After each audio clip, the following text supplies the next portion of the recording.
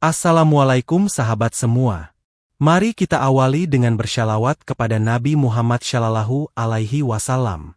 Sudahkah kita bersyukur hari ini atas hidup yang tenang dan damai?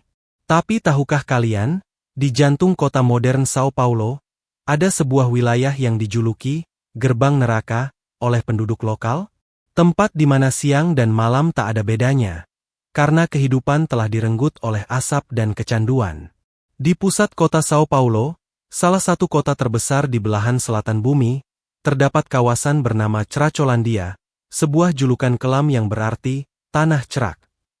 Sejak awal tahun 1990-an, wilayah ini telah berubah menjadi pasar terbuka narkoba terbesar di Amerika Latin. Di sini, ribuan orang, mulai dari remaja hingga orang tua, berkumpul setiap hari untuk menghisap cerak, zat adiktif yang murah namun sangat mematikan.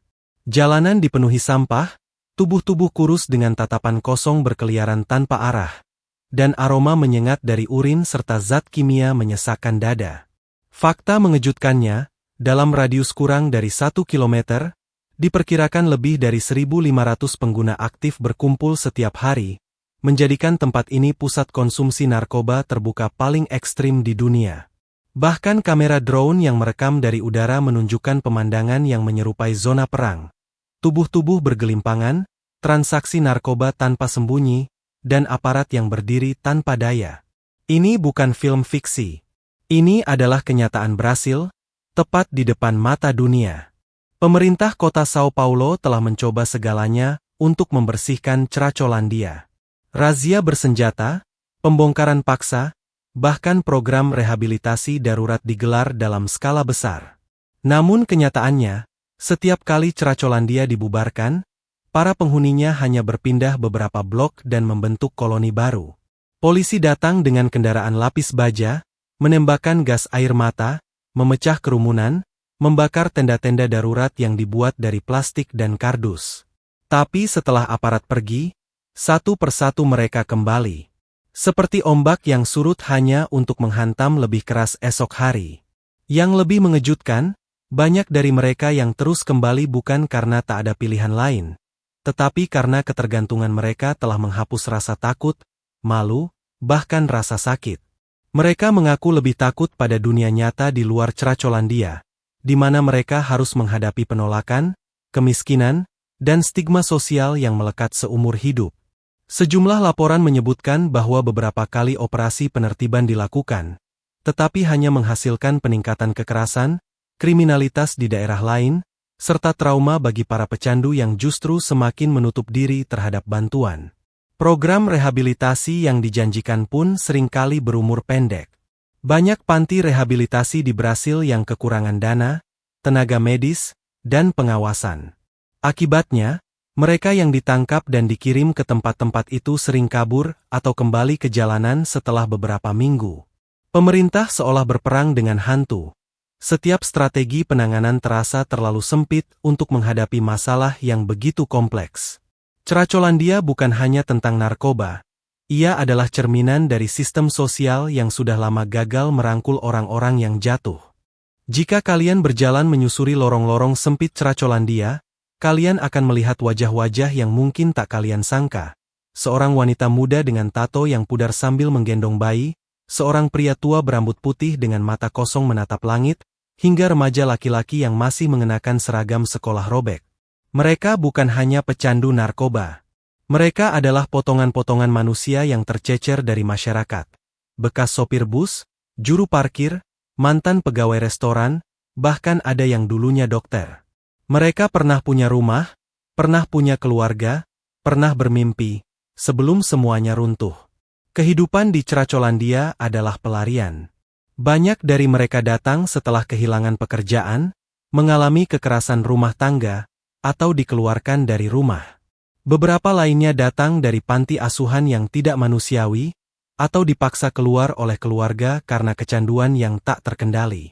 Cerak, dengan harganya yang sangat murah dan efek candu yang sangat kuat, menjadi pelarian yang mudah dijangkau di jalanan Sao Paulo. Sekali mencoba, banyak yang tak pernah kembali ke kehidupan normal. Fakta mengejutkan lainnya adalah bahwa sebagian besar penghuni Cracolandia bukanlah pelaku kejahatan berat. Mereka bukan perampok atau pembunuh. Sebaliknya, mereka sering menjadi korban kekerasan, pelecehan, dan eksploitasi. Para perempuan seringkali dipaksa menjual tubuh mereka demi sepotong narkoba. Anak-anak kecil tumbuh menyaksikan pemandangan yang tak seharusnya mereka lihat. Belajar bahwa hidup hanya seputar bertahan, bukan bermimpi. Beberapa dari mereka bahkan tidak tahu cara membaca, tidak tahu ulang tahunnya, dan tidak pernah melihat dokter seumur hidup mereka. Cracolandia adalah tempat di mana sistem pendidikan, kesehatan, dan sosial gagal dalam satu titik pertemuan. Di sana, manusia-manusia terpinggirkan berkumpul, bukan karena mereka ingin, tapi karena tidak ada tempat lain yang mau menerima mereka. Bagi dunia luar, mereka mungkin adalah sampah masyarakat.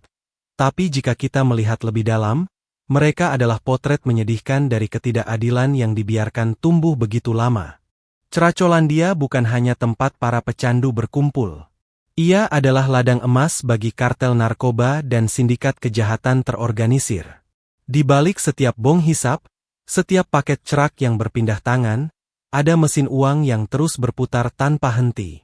Transaksi dilakukan terang-terangan di depan mata publik, bahkan di bawah kamera media. Namun yang mengendalikan semua itu bukan para pecandu, melainkan jaringan gelap yang bekerja dengan disiplin militer dan strategi bisnis yang dingin.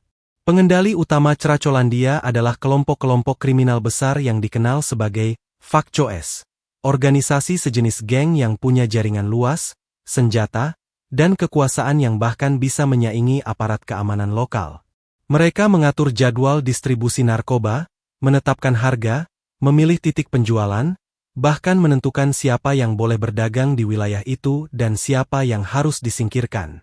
Mereka menjadikan para pecandu sebagai pelanggan tetap, sebagai pion dalam permainan kotor yang menguntungkan mereka miliaran ril setiap tahun. Fakta mengejutkan lainnya. Banyak penjual narkoba di Cracolandia adalah mantan pecandu yang dipaksa bekerja demi mendapatkan akses terhadap barang itu. Mereka bukan penguasa, mereka hanya alat. Jika mereka gagal menjual cukup banyak atau mencoba mencuri, mereka bisa dipukuli atau dibunuh oleh rekan sendiri. Dan di tengah semua ini, aparat penegak hukum kerap kali terjebak dalam dilema. Karena sebagian operasi kartel dijalankan dengan perlindungan dari oknum korup yang ada di dalam sistem itu sendiri. Cracolandia telah menjadi ekosistem kriminal yang kompleks, tempat keputusasaan dijadikan komoditas. Pecandu hanyalah wajah yang terlihat di permukaan.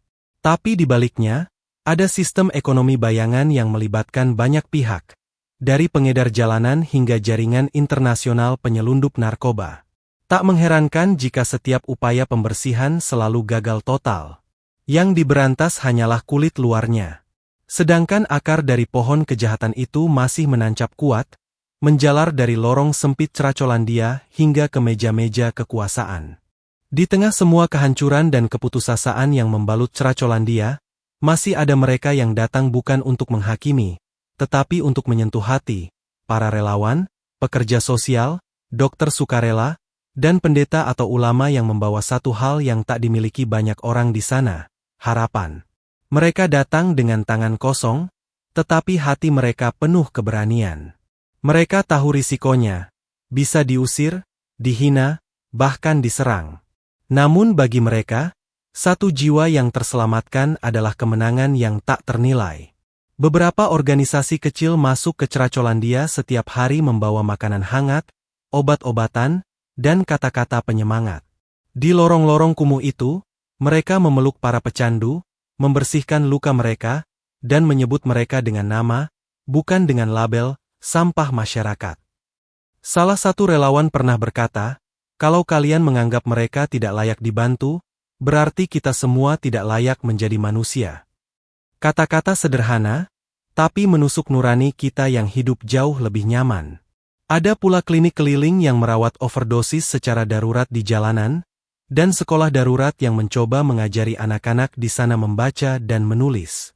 Bahkan beberapa pecandu berhasil keluar dari neraka itu berkat pendampingan terus-menerus dari relawan yang tak pernah menyerah, meski gagal berkali-kali. Mereka tahu, perubahan bukan soal cepat, tapi soal kesabaran. Kesabaran yang lahir dari cinta tanpa syarat. Ceracolandia memang belum pulih. Mungkin butuh bertahun-tahun atau bahkan generasi. Tapi kisah ini bukan hanya tentang kegelapan. Ia juga tentang keberanian manusia yang memilih mencintai meski dunia telah menyerah. Tentang mereka yang melawan dengan empati di tengah perang yang tak terlihat. Ceracolandia bukan sekadar tempat di peta Sao Paulo. Ia adalah cermin bagi kita semua, tentang apa yang terjadi ketika kemiskinan, kecanduan, dan ketidakpedulian dibiarkan bersatu dalam satu tempat. Tapi kisah ini juga menunjukkan bahwa selama masih ada hati yang mau menengok ke bawah, masih ada harapan untuk mengangkat yang paling terluka. Semoga kisah ini menjadi pelajaran bahwa di balik berita-berita kelam, selalu ada cahaya kecil yang menunggu untuk diperbesar bersama. Sahabat semua, terima kasih telah menyimak kisah nyata ini hingga akhir. Mari kita tutup dengan bersyalawat kepada Nabi Muhammad Shallallahu Alaihi Wasallam. Ceracolandia bukan hanya tentang narkoba atau kekacauan kota. Ia adalah wajah nyata dari keputusasaan yang dibiarkan tumbuh tanpa uluran tangan.